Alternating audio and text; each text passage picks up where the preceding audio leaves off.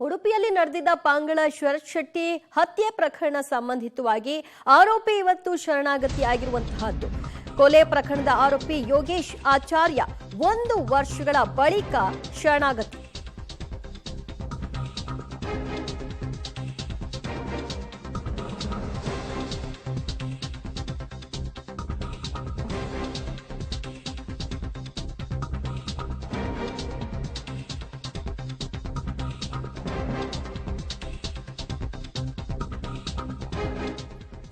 ಉಡುಪಿಯಲ್ಲಿ ನಡೆದಿದ್ದಂತಹ ಪಾಂಗಳ ಶರತ್ ಶೆಟ್ಟಿ ಕೊಲೆ ಪ್ರಕರಣ ಇದು. ಕೊಲೆ ಪ್ರಕರಣದ ಆರೋಪಿ ಯೋಗೇಶ್ ಆಚಾರ್ಯ ಕೋರ್ಟ್ಗೆ ಶರಣಾಗಿದ್ದಾರೆ.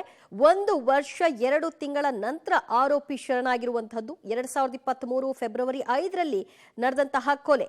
ಪ್ರಮುಖ ಆರೋಪಿ ಯೋಗೇಶ್ ಆಚಾರ್ಯ ಕೋರ್ಟ್ಗೆ ಈಗ ಶರಣಾಗಿದ್ದಾರೆ. ಶರತ್ ಶೆಟ್ಟಿ ಕೊಲೆ ಸಂದರ್ಭದಲ್ಲಿ ದೈವದ ಮೊರೆಯನ್ನ ಹೋಗಿತ್ತು ಆ ಇಡೀ ಕುಟುಂಬ. ಆರೋಪಿಯನ್ನ ಪತ್ತೆ ಹಚ್ಚಿ ಸೂಕ್ತ ಶಿಕ್ಷೆಗೆ ಆಗ್ರಹಿಸಿ ನಿನ್ನ ಕೃಪೆಯಿಂದಲೇ ಎಲ್ಲವೂ ಆಗಬೇಕು ಅಂತ ದೈವದ ಮೊರೆ ಹೋಗಿದ್ರು.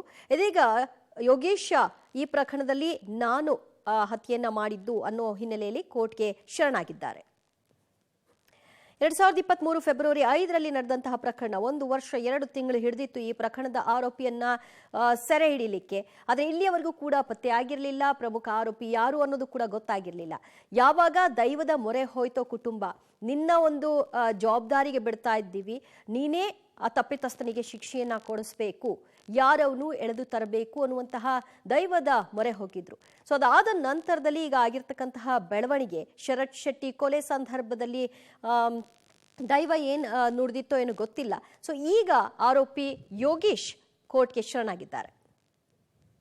ಕಾಲ ಕಾಣಿಕತ್ತಾರೆ ಅದು ಊರುಗಳು ಪಾಪಿಂಚಿನ ಸಮಯ ಅಪಗಂಧಾಳ ಪ್ರಕಾರವಾದ ಬರಪುನ ಪಿಜಿನ ಪಾರುಣ ಬಕ್ಕಿ ರಡ್ಡಕಾರ ನರಮಣಿ ನಾಲ್ಕಾರ ಪಶು ಸಂಚಾರಕ್ಕೂ ಬಿದ್ದ ನಂಚಿನಗಳಿಗೆ ಲೋಕ ಕಲ್ಯಾಣ ಬೆಂಚಿನ ಪೊರ್ಚು ರವಿ ಮಾತೆಡ್ಡ ಪ್ರಕಾರವಾದ ದೇವೇರ್ನ ಬೊಲ್ಪೆ ಭೂಮಿಗೆ ಗುಲ್ಪು ನಂಚಿನ ಆಸದ ಬೊಲ್ಲಿ ಎಂತು ಮುಖ್ಯಂದು ಕಡಲ್ದ ಪೊಯ್ಯ ಲತ್ತು ಮುಖ್ಯಂದೇ ಬಂದ್ಕೋಬೋದು ಹೆಚ್ಚಿನ ಕಡೆ ಅವಾಗ ನಡ ಮುಡಾಯ ಕುಟುಂಬಸ್ಥಲಟು ಅಮ್ಮು ಬಲ್ಲ ಅಲ್ಲಿ ಕರ್ತು ಜನರಾಯ ಬೆರ್ಗಡ್ರ ಕಾಲೋಡು ದೇವರೇ ಬಲಿಪೋದು ಸಿರಿಬರ್ಪಿನಂಚಿನ ಕಾಲ ಕಾಣಿಕತ್ತಾರೆ ಅದು ಊರುಗಳು ಪಾಪಿಂಚಿನ ಸಮಯ ಅಪಗಂಧಾಳ ಪ್ರಕಾರವಾದ ಬರಪುನ ಪಿಜಿನ ಪಾರುಣ ಬಕ್ಕಿ ರಡ್ಡಕಾರ ನರಮಣಿ ನಾಲ್ಕಾರ ಪಶು ಸಂಚಾರಕ್ಕೂ ಬಿದ್ದ ನಂಚಿನಗಳಿಗೆ ಲೋಕ ಕಲ್ಯಾಣ ಬೆಂಚಿನ ಪೊರ್ಚು ರವಿ ಮಾತೆಡ್ಡ ಪ್ರಕಾರವಾದ ದೇವೇರ್ನ ಬೊಲ್ಪೆ ಭೂಮಿಗೆ ಗುಲ್ಪು ನಂಚಿನ ಆಸದ ಬೊಲ್ಲಿ ಎಂತು ಮುಖ್ಯಂದು ಕಡಲ್ದ ಪೊಯ್ಯ ಲತ್ತು ಮುಖ್ಯಂದೇ ಬಂದ್ಕೋಬೋದು ಹೆಚ್ಚಿನ ಕಡೆ ಅವಾಗ ನಡ ಮುಡಾಯ ಕುಟುಂಬಸ್ಥಲಟು ಅಮ್ಮು ಬಲ್ಲ ಅಲ್ಲಿ ಕರ್ತು ಜನರಾಯ ಬೆರ್ಗಡ್ರ ಕಾಲೋಡು. ಮತ್ತಷ್ಟು ಮಾಹಿತಿ ಕೊಡ್ತಾರೆ ನಮ್ಮ ಪ್ರತಿನಿಧಿ ದೀಪಕ್ ಜೈನ್. ದೀಪಕ್, ಏನಂತ ಭಯ ನೋಡ್ದಿತ್ತು ದೈವ? ದಿವ್ಯಾ, 1 ವರ್ಷ 2 ತಿಂಗಳ ಹಿಂದೆ ನಡೆದಂತಹ ಕೊಲೆ. ಈ ಕೊಲೆ ಪ್ರಕರಣದ ಪ್ರಮುಖ ಆರೋಪಿ ಯೋಗೇಶ್ ಆಚಾರ್ಯ ತಲೆಮರೆಸಿಕೊಂಡಿದ್ದ. ಪೊಲೀಸರಿಗೆ ಒಂದು ದೊಡ್ಡ ಮಟ್ಟದ ತಲೆನೋವಾಗಿತ್ತು. ಆತ ಉಡುಪಿ ಜಿಲ್ಲೆಯಿಂದ ಹೊರ ಹೋಗಿದ್ದಾನೋ ಅಥವಾ ದೇಶ ಬಿಟ್ಟಿದ್ದಾನೋ ಅನ್ನೋ ಬಗ್ಗೆ ಸಾಕಷ್ಟು ಚರ್ಚೆಗಳು ನಡೆದಿತ್ತು. ಆದ್ರೆ ಶರತ್ ಶೆಟ್ಟಿ ಏನು ಕೊಲೆಯಾಗಿದ್ದಾನೆ, ಈತನ ಕುಟುಂಬದವರು ಮನೆಯಲ್ಲಿ ವರ್ತೆ ಪಂಜುರ್ಲಿ ದೈವಕ್ಕೆ ಒಂದು ಸೇವೆಯನ್ನ ಕೊಟ್ಟಿದ್ದಾರೆ. ಈ ಸೇವೆ ಕೊಟ್ಟಂತ ಸಂದರ್ಭದಲ್ಲಿ ಮನೆಯ ಮಗನನ್ನ ನಾವು ಕಳೆದುಕೊಂಡಿದ್ದೇವೆ. ಆ ನೋವು ಒಂದು ಕಡೆ ಇದ್ರೆ ನಮ್ಮ ಇಡೀ ಕುಟುಂಬ ಆತಂಕದಲ್ಲಿದೆ. ಯಾಕಂದ್ರೆ ಪ್ರಮುಖ ಆರೋಪಿ ಇನ್ನೂ ಕೂಡ ಪತ್ತೆ ಆಗಿರ್ಲಿಲ್ಲ. ಹಾಗಾಗಿ ದೈವದ ಮುಂದೆ ತಾಯಿ ಮತ್ತು ಅಕ್ಕಂದಿರು ಕಣ್ಣೀರನ್ನ ಇಟ್ಟಿದ್ರು. ಯಾಕಂದ್ರೆ ಕಳೆದೊಂದು 30 ವರ್ಷಗಳಿಂದ ದೈವದ ಚಾಕರಿಯನ್ನ ಶರತ್ ಶೆಟ್ಟಿ ಮಾಡಿಕೊಂಡು ಬಂದಿದ್ರು ಅನ್ನುವಂಥದ್ದು. ಆದ್ರೆ ಆ ಮನೆಯ ಮಗನನ್ನೇ ಕಳ್ಕೊಂಡಿದ್ದೇವೆ, ಆರೋಪಿ ಯಾರು ಅಂತ ಗೊತ್ತಿಲ್ಲ, ಇಡೀ ಕುಟುಂಬ ಆತಂಕದಲ್ಲಿದೆ, ಬೆದರಿಕೆ ಇದೆ ನಮ್ಗೆ, ಈ ತರದ ನೋವನ್ನ ಹೇಳಿಕೊಂಡಿದ್ರು.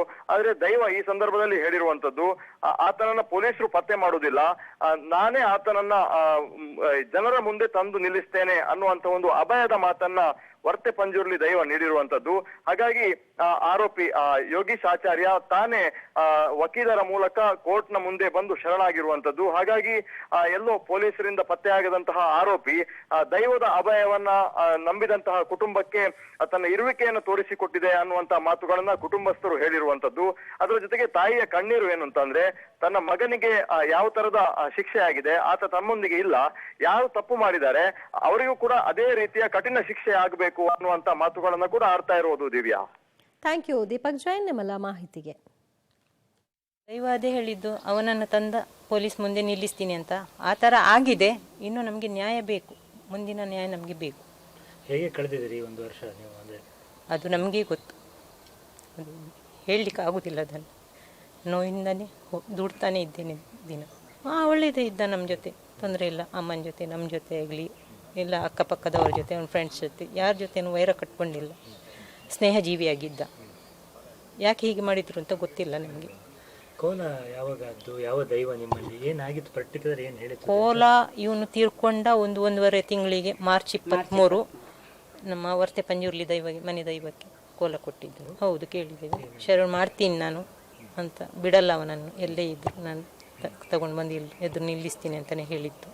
ಹಾಗೆ ಆಗಿದೆ. ಮುಂದಕ್ಕೆ ನ್ಯಾಯ ಬೇಕು ನಮಗೆ, ಅವನ ಸಾವಿಗೆ ನಮಗೆ ನ್ಯಾಯ ಬೇಕು.